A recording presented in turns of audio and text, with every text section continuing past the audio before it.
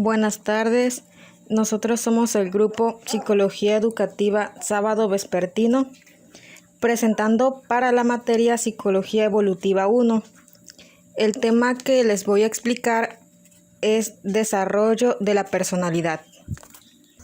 Primero es importante mencionar que la personalidad es la versión que tenemos de cada persona y esta es la que hace a cada persona única y diferente.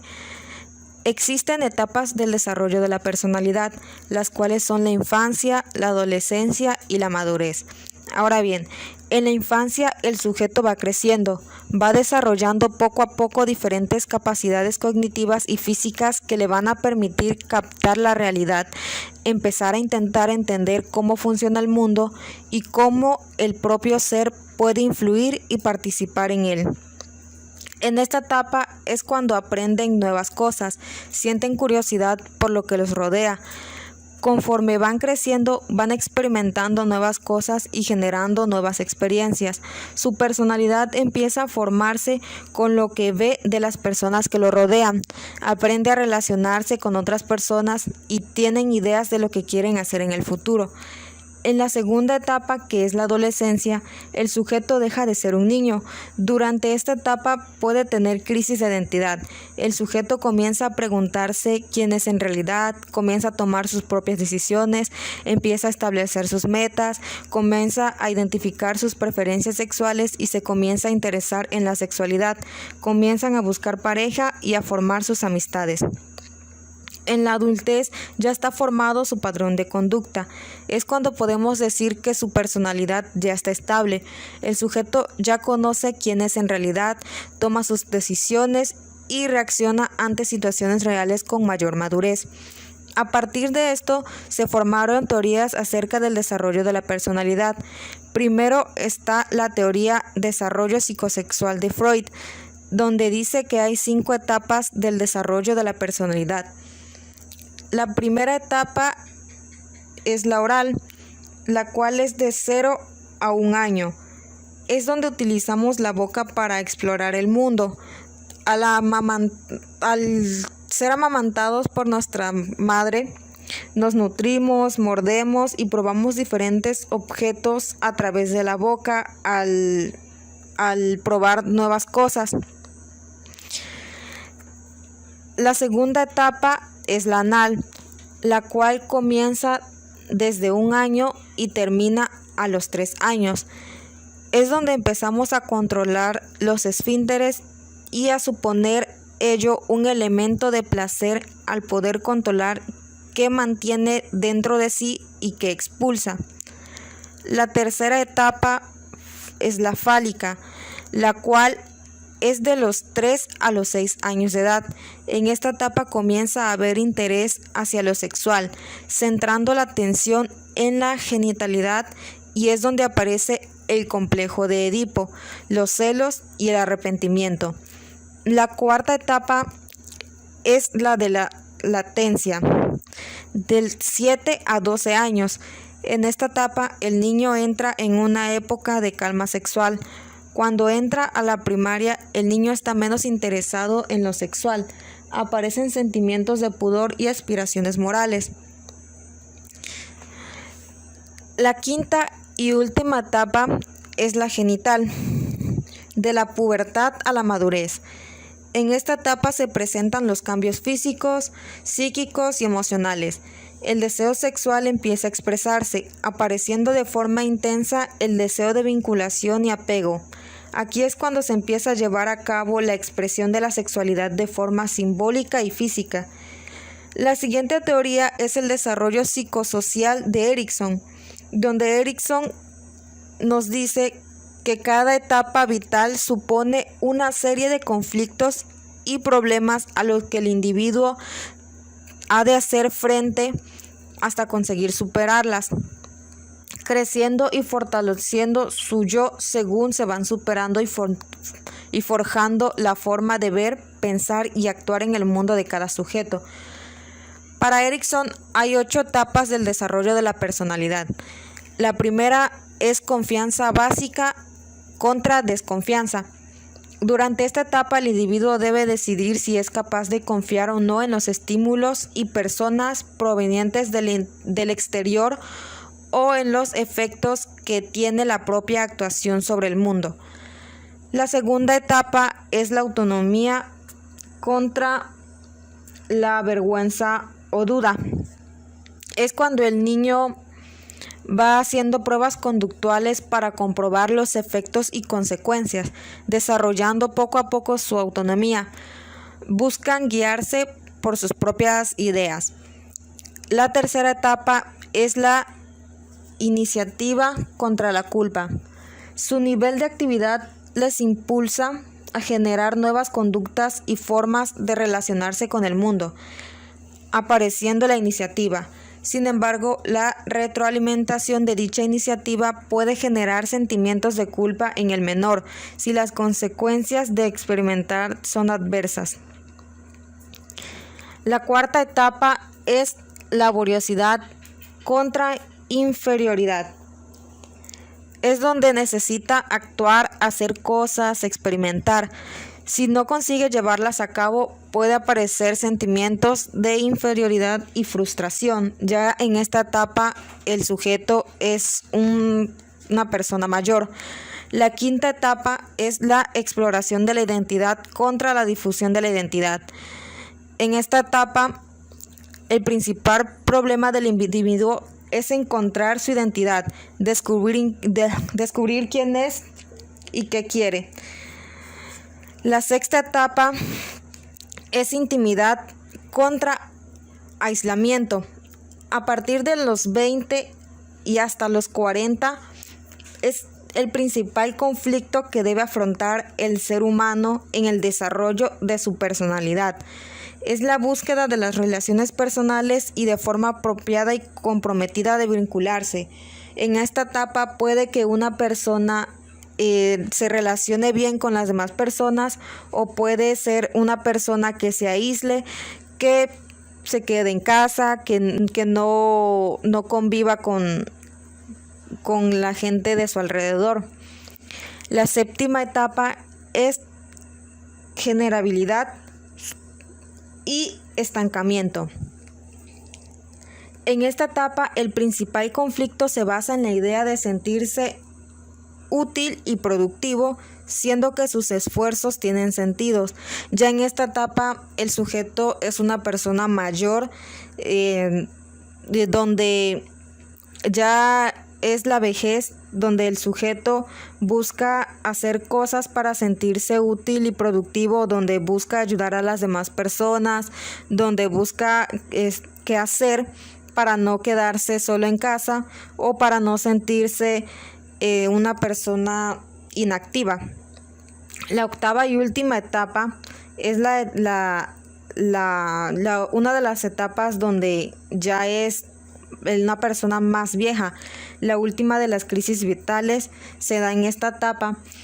Al llegar al momento en que la productividad se reduce y deja de existir, el sujeto pasa a valorar si su existencia ha tenido un sentido. Por otra parte, están los factores que determinan la personalidad del individuo.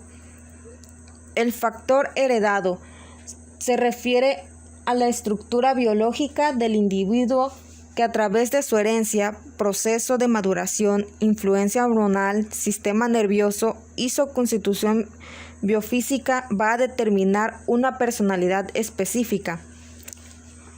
El siguiente factor es el ambiental. Nos encontramos con los factores culturales, sociales o familiares. El pertenecer a una u otra cultura determina las metas que nos proponemos, nuestra forma de valorar el éxito o el fracaso y las consiguientes reacciones cognitivas y afectivas que podemos experimentar ante estas situaciones. Por último, están los factores psicológicos o personales. Este se refiere a la capacidad de autodeterminación del ser humano con base a las funciones autorreguladoras de la personalidad. Por otro lado, está el desarrollo de la personalidad en la infancia. Tiene un proceso vital en el que se forma el carácter y el comportamiento. Primero está el desarrollo efectivo en la primera infancia, es donde el niño siente apego hacia una o varias personas. Después sigue la conquista de la autonomía, es donde el niño empieza a superar dependencia y comienza a descubrir el mundo por sí solo, empieza a generar experiencias y a querer tener sus propias decisiones. Por ello pueden formarse rabietas. Es importante que el adulto, sus padres, mantengan los límites en esta etapa. Por último está la autoconciencia, la autoestima y la autovaloración infantil. En esta etapa el niño empieza a tomar en cuenta sus valores, creencias y actitudes, empieza a buscar la aprobación de los demás y la forma en la que ven los demás influye en la percepción de sí mismo. Por último tenemos el desarrollo de la personalidad en la adolescencia. La primera fase es la búsqueda de la identidad. Se trata de que el adolescente debe buscar la respuesta a la pregunta ¿quién soy en realidad? Debe desarrollar sus propios valores, opiniones e intereses. En esta etapa suele ser complicada ya que tiene que tomar sus propias decisiones y encontrar su verdadera personalidad. La segunda fase es la crisis de la identidad, donde el adolescente busca comprometerse con algo a lo que le tenga fe. Se esfuerza por mantener este compromiso y por mantener eso firme, por estar bien sujetado a esa creencia. Durante esta etapa hay diferencias de género en el desarrollo de la personalidad, puesto que las mujeres suelen madurar más rápido y suelen ser más cooperativas, mientras que los hombres son competitivos. Bueno, eso es todo de mi parte. Gracias. Hola, mi nombre es Werkley López Torres y en estos momentos me corresponde exponer el tema formación del yo. Y voy a iniciar con una frase de un personaje que es llamado padre del psicoanálisis, llamado Sigmund Freud, a la cual dice: las personas somos como un iceberg del que solo se ve la punta. Todo lo que hay bajo el agua es nuestro subconsciente, un montón de deseos y traumas que reprimimos, pero que son los que dan forma a nuestros sueños. La formación del yo, según las investigaciones, se utiliza para describir la parte de la personalidad humana en crecimiento. Produce la primera percepción y los estímulos. Distribuye, atribuye y establece lo percibido del mundo interno y externo. El yo significa la conciencia de uno mismo. La región oral es la primera que va a integrar el esquema del cuerpo, luego la mano y las demás partes del cuerpo. Nosotros como personas vamos descubriendo poco a poco nuestra identidad, nuestro yo. Alrededor de los 18 meses de edad, un niño descubre su yo. Es decir, digamos que toman conciencia de que somos individuos. Ese yo quiere descubrir el entorno que lo rodea, quiere explorarlo, averiguar cómo funciona o cómo funcionan las cosas. Ese yo quiere ir afirmándose, es decir, quiere hacerse presente y digamos que quiere ganar autonomía. Cuando el niño nace, entre el primer y el segundo año de vida, este es el progreso del nacimiento de nuestro yo.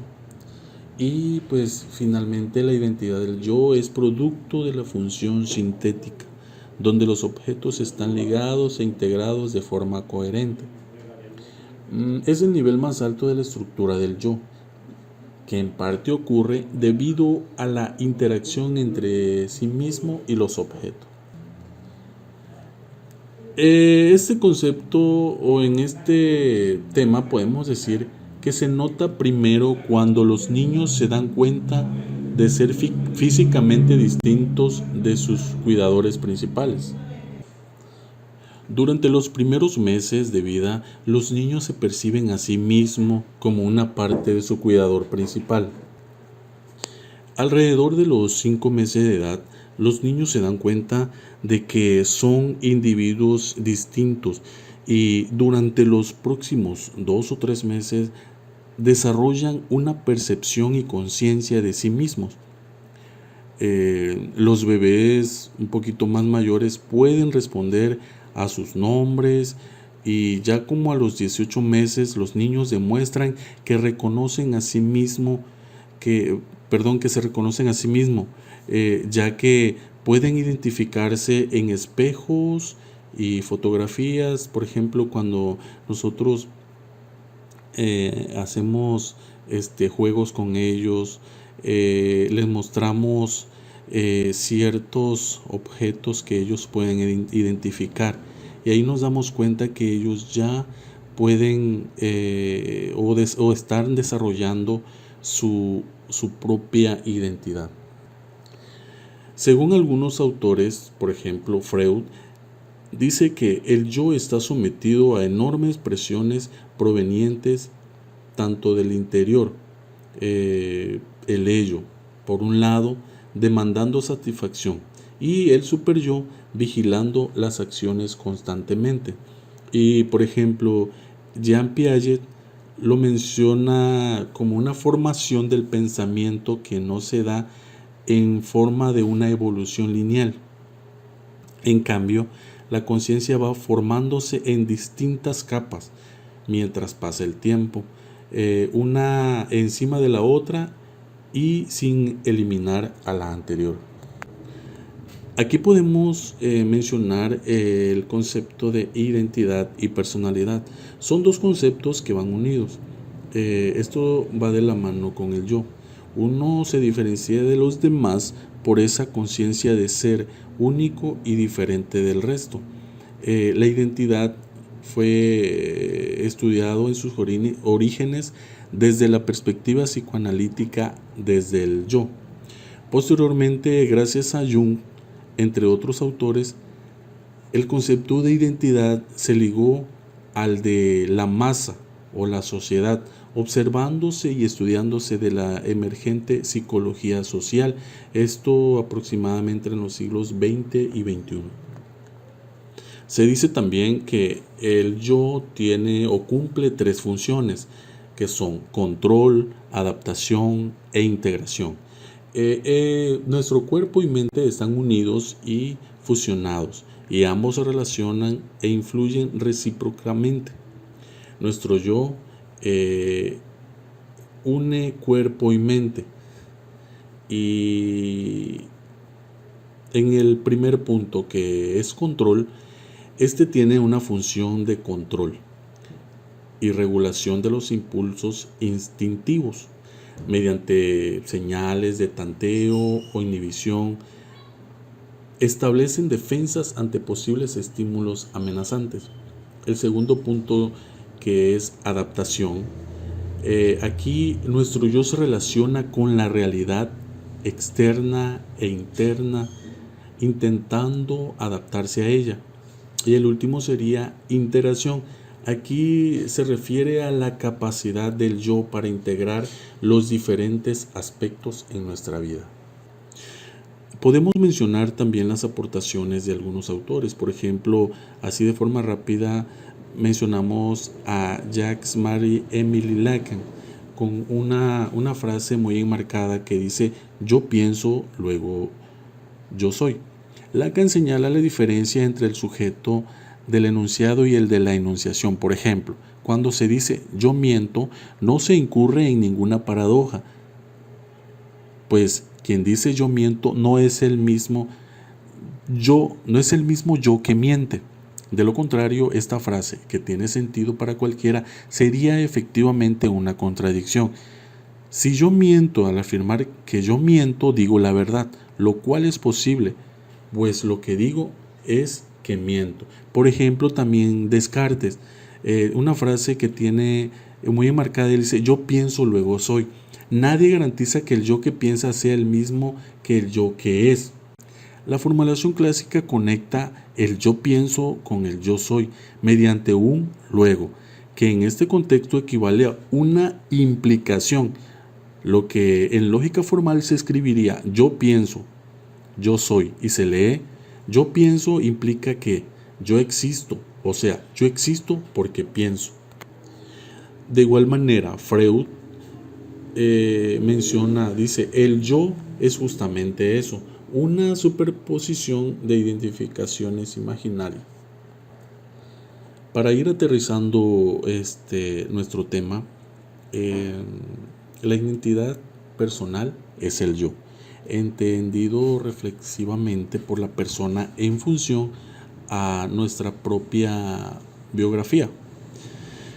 Y puede ser entendida de este modo como una construcción reflexiva, siendo cada quien o cada sujeto aquel que tiene conciencia de ser, que quiere ser y se propone ser. Tanto la identidad personal como la de un grupo mantiene una relación recíproca sin considerarse un círculo cerrado, y por ello podemos concluir que la identidad personal no presenta una continuidad permanente e inmutable, sino un proceso constructivo. A manera de reflexión, concluyo con la siguiente frase: soy quien soy, no preciso identificación, sé bien de dónde vengo y dónde voy, porque soy lo que soy y no quien quieras que yo sea.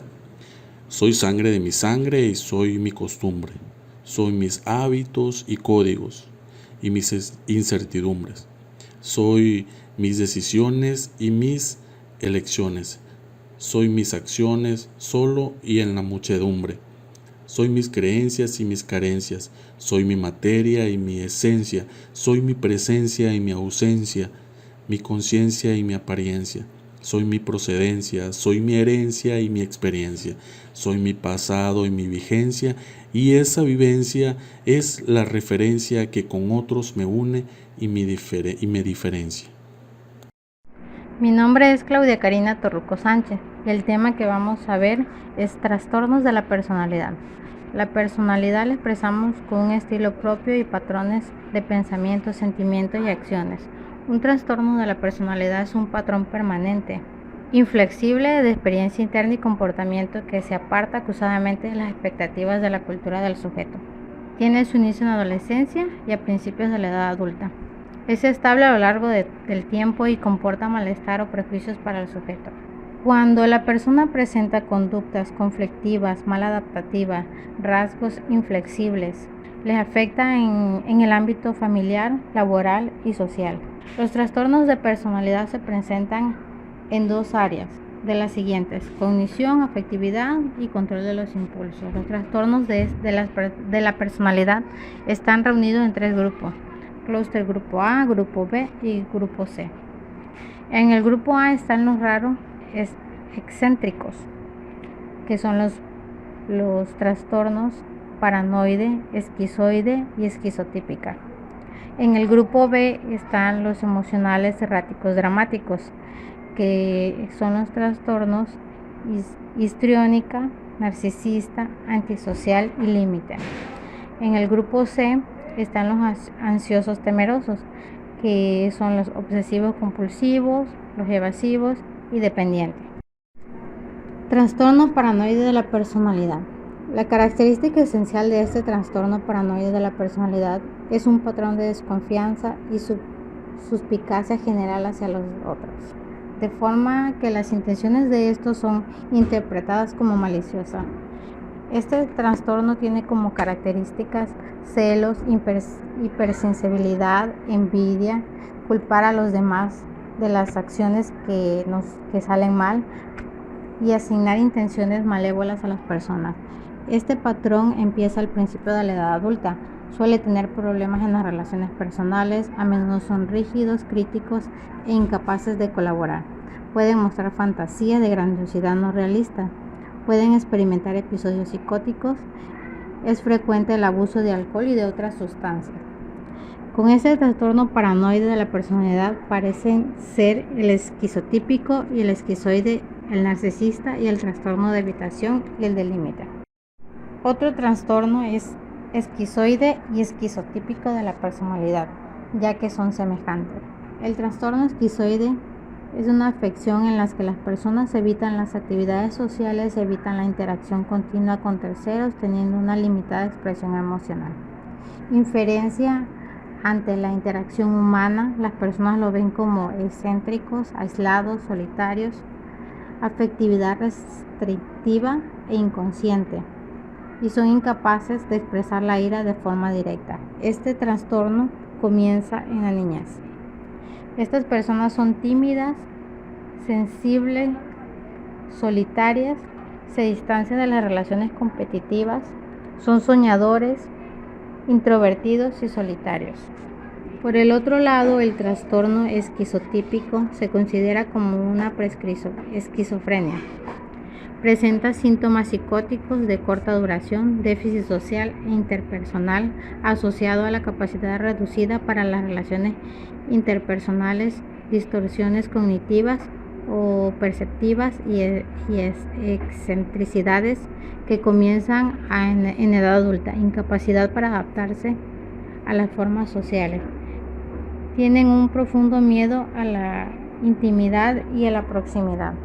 Son personas que pierden el contacto con la realidad, creen o tienen creencias extrañas, ideas extravagantes, son fantasiosos y son percibidos como raros. Tienen una visión diferente del mundo. Otro trastorno es esquizoide y esquizotípico de la personalidad, ya que son semejantes. El trastorno esquizoide es una afección en la que las personas evitan las actividades sociales, evitan la interacción continua con terceros, teniendo una limitada expresión emocional. Inferencia ante la interacción humana, las personas lo ven como excéntricos, aislados, solitarios, afectividad restrictiva e inconsciente, y son incapaces de expresar la ira de forma directa. Este trastorno comienza en la niñez. Estas personas son tímidas, sensibles, solitarias, se distancian de las relaciones competitivas, son soñadores, introvertidos y solitarios. Por el otro lado, el trastorno esquizotípico se considera como una esquizofrenia. Presenta síntomas psicóticos de corta duración, déficit social e interpersonal asociado a la capacidad reducida para las relaciones interpersonales, distorsiones cognitivas o perceptivas y excentricidades que comienzan en edad adulta, incapacidad para adaptarse a las formas sociales. Tienen un profundo miedo a la intimidad y a la proximidad. Son personas que pierden el contacto con la realidad, creen o tienen creencias extrañas, ideas extravagantes, son fantasiosos y son percibidos como raros. Tienen una visión diferente del mundo. Trastorno antisocial de la personalidad. La característica esencial del trastorno antisocial de la personalidad es un patrón general de desprecio y violación de los derechos de los demás, que comienza en la infancia o el principio de la adolescencia y continúa a la edad adulta. Existen pruebas de un trastorno disocial que comienza antes de los 15 años. La prevalencia total del trastorno antisocial de la personalidad en las muestras de población general es aproximada del 3% en varones y del 1% en mujeres. La estimación de la prevalencia en poblaciones clínicas ha variado entre el 3 y el 30%, dependiendo de las características predominantes de la muestra. Estas personas con trastornos antisocial son personas en conflicto con la sociedad, nunca muestran lealtad, son insensibles, egoístas e irresponsables e impulsivos, no muestran culpa, no aprenden de sus errores ni de sus experiencias, no toleran la frustración y tienden a culpar a los demás. Otro trastorno es trastorno límite de la personalidad. La característica esencial del trastorno límite de la personalidad es un patrón general de inestabilidad en las relaciones interpersonales, la autoimagen y la afectividad, y una notable impulsividad que comienza al principio de la edad adulta y se da en diversos contextos. Esfuerzos frenéticos para evitar un abandono real o imaginativo, un patrón de relación interpersonal inestables e intensas caracterizado por las alteraciones entre los extremos de idealización y evaluación. Estas personas son impulsivas, sexualmente caóticas, muestran actos de suicidio, problemas de identidad, sentimientos de vacío, aburrimiento fácil, inestabilidad afectiva y conductual. Me parece muy curioso mencionar que Ernest Hemingway, el escritor que se suicidó, presentaba este trastorno y lo quiso curar a base de choques eléctricos, que era lo que se usaba en esa época. Y como no funcionó, pues llegó a quitarse la vida. Trastorno histriónico de la personalidad. Este trastorno se caracteriza por un comportamiento teatral y el deseo de ser el centro de atención. El trastorno de la personalidad histriónico es una patología que padecen algunas personas y que se supone una alteración del comportamiento con un excesivo dramatismo y teatralidad. Una de las características más comunes del trastorno histriónico de la personalidad es la necesidad de llamar la atención constantemente, y el no hacerlo puede resultar un problema para quien lo sufre. Quienes padecen este trastorno esperan ser un atractivo constante, viviendo así una fantasía donde lo que hacen y dicen es importante, trascendente y digno de ser reconocido. Ser llamativo, irresistible e importante es un valor que destaca de manera persistente en las creencias y valores propios que demarcan el trastorno. Estas personas tienen vanidad, dependencia, inestabilidad emocional, sobreactuación y no tienden a tener relaciones duraderas. Otro trastorno es el de narcisista de la personalidad. Los signos y los síntomas del trastorno de la personalidad narcisista y la gravedad de los síntomas son variables. Las personas con este trastorno pueden esperar favores especiales y una conformidad incuestionable con sus expectativas. Monopolizan las conversaciones, desprecian o miran con desdén a las personas que ellos perciben como inferiores. Creen que son superiores y lo que pueden vincularse con las personas especiales como ella. Estar preocupadas por fantasías acerca del éxito, el poder, la brillantez, la belleza o la pareja perfecta. Exagerar los logros y los talentos. Tienen sentido exagerado de la prepotencia, tienen un sentido de privilegio y necesidad de admiración excesiva y constante. Esperan que se reconozca su superioridad incluso sin logros que lo justifiquen. Expertos afirman que Hitler era una persona que tenía trastorno narcisista de la personalidad, ya que era manipuladora, envidiosa, tenía sensación exagerada de ser el centro de atención y ser el más importante, y necesidad de ser elogiado por sus logros, por sus metas. Otro trastorno es trastorno de la personalidad por evitación. Es una afección mental en la cual una persona tiene un patrón vitalicio por sentirse muy tímida, inadecuado, sensible al rechazo. Las personas con trastorno de la personalidad por evitación no pueden dejar de pensar en sus propias limitaciones y establecen relaciones interpersonales con otra persona solo si creen que no serán rechazadas. La pérdida y el rechazo son tan dolorosos que estas personas prefieren estar solas antes que arriesgarse a tratar de conectarse con otros. Son personas que fácilmente son lastimadas, suelen refrenarse demasiado en las relaciones íntimas, suelen resistirse a involucrarse con la gente, evitan actividades o trabajos que impliquen contacto con los demás, son tímidas en situaciones sociales por miedo de hacer algo mal. Otro trastorno de la personalidad es por dependencia. Es un estado mental en el que las personas dependen demasiado de otros para satisfacer sus necesidades emocionales. Este trastorno generalmente empieza en la niñez o infancia. Las personas que sufren este trastorno no confían en su capacidad de tomar decisiones. Es posible que se sientan muy alteradas por la separación y la pérdida de alguien.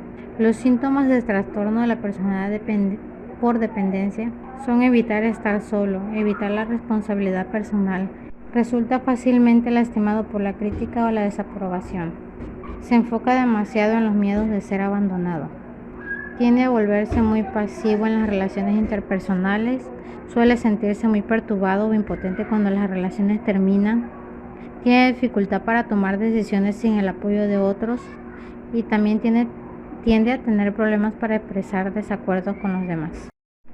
Otro trastorno de la personalidad es obsesivo-compulsivo. El trastorno de personalidad obsesiva-compulsiva tiende a darse en familias, así que los genes pueden estar involucrados. La niñez y el medio ambiente de la persona también pueden ser factores relacionados. Esta enfermedad puede afectar tanto a hombres como a mujeres. Se presenta con más frecuencia en los hombres. Los signos son excesiva devoción por el trabajo, incapacidad de deshacerse de cosas incluso si el valor del objeto carece, inflexibilidad, falta de generosidad, negatividad a permitir que otras personas hagan las cosas, falta de deseo por mostrar afecto, preocupación por detalles, reglas y listas. Otro trastorno de la personalidad es no especificado. Esta categoría se reserva para los trastornos de personalidad que no cumplen los criterios para un trastorno específico de personalidad. Por ejemplo, es la presencia de características de más de un trastorno específico y por lo tanto no cumple los criterios completos para ninguno, pero que en conjunto provocan malestar clínicamente significativo o deterioro en una o más áreas de la actividad del individuo. Por ejemplo, puede ser en la social, laboral o en la familiar. Esta categoría también puede utilizarse cuando el clínico considera que un trastorno específico de la personalidad que no está incluido en la clasificación es apropiado. Los ejemplos incluyen el trastorno depresivo de la personalidad y el trastorno pasivo-agresivo de la personalidad. Y aunque nos sintamos identificados con estas características, los rasgos de la personalidad se manifiestan de acuerdo al contexto en el que estamos viviendo, que pueden afectar nuestras emociones y nuestros sentimientos e incluso pensamientos. Solo el 10% de la población en general tiene algún trastorno de personalidad y para diagnosticar cualquier trastorno se requiere la valoración de un experto.